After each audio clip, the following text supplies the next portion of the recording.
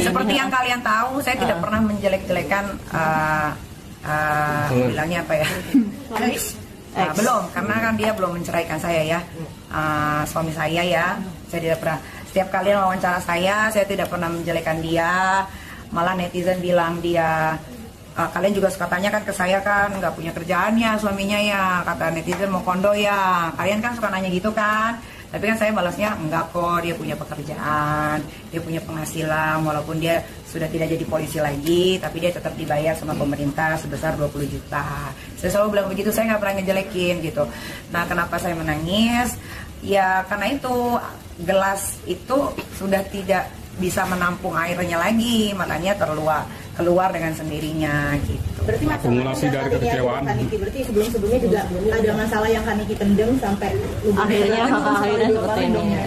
Ya, mendemnya ya sering kan namanya masalah rumah tangga itu. Semua rumah tangga pasti ada masalah. Nggak mungkin dong rumah tangga tuh baik-baik aja ya kan, pasti kalian juga yang berumah tangga pasti ada sewot-sewotan, ada marah-marahan, ada diem-dieman.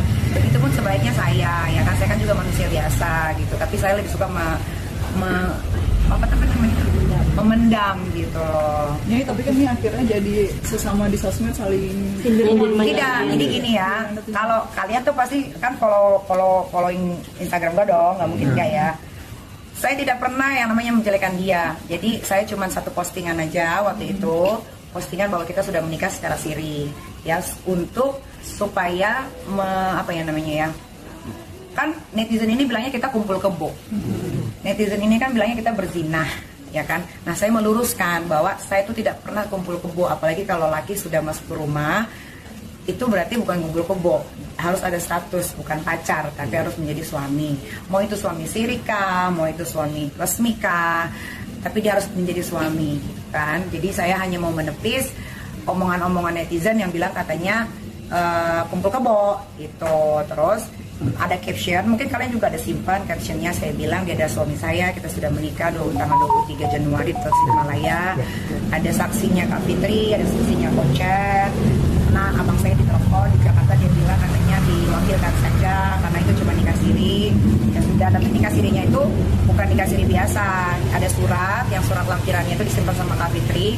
Suatu waktu kita mau rayakan gitu kan, memang kita mau rayakan sebetulnya di Spain, itu tinggal kasih aja di negara Indonesia gitu kan. Ya apalagi Kak, soal katanya tas. Terus habis itu kan saya bilang, saya kaget pas bangun tidur sekitar jam 8, saya bangun tidur, saya bikin jus seperti biasa untuk anak-anak, untuk dia saya bikin omelet untuk sarapan ya kan. Terus saya tanya Ati, bapak mana? Nggak tahu karena pintu pagar ini terbuka, katanya nggak tertutup.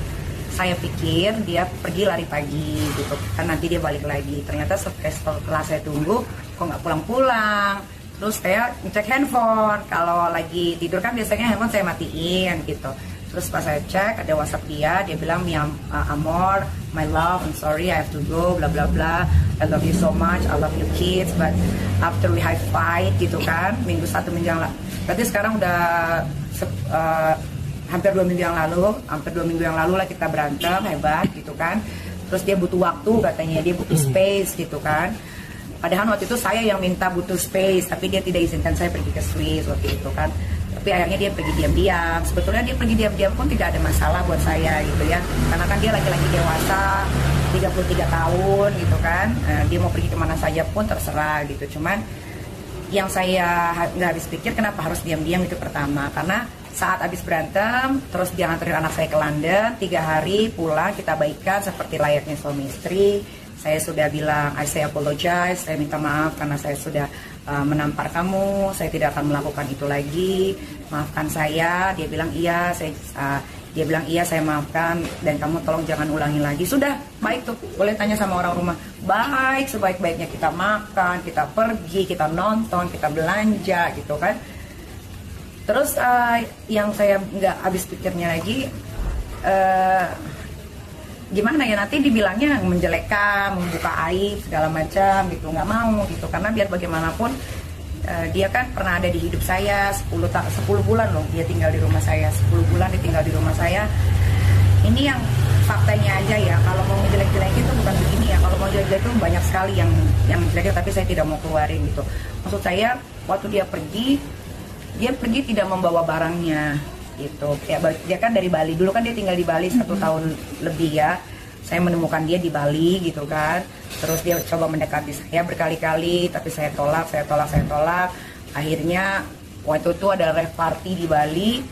Saya lagi makan malam-malam tuh, terus tiba-tiba dia muncul gitu kan, ngomong lah baik-baik segala macam, dia suka sama saya, dia mau pacaran sama saya. Padahal saya sudah sering bilang, saya ini janda anak 3 gitu kan, saya ini bukan artis biasa, saya ini kontroversial, saya ini banyak masalahnya, kamu bisa cek di Google segala macam. Dia cek di Google kok segala macam. Dia bilang dia terima itu, dia tidak peduli, dia tidak mau mengingat masa lalu. Yang penting adalah masa depan yang bakal kita jalani berdua.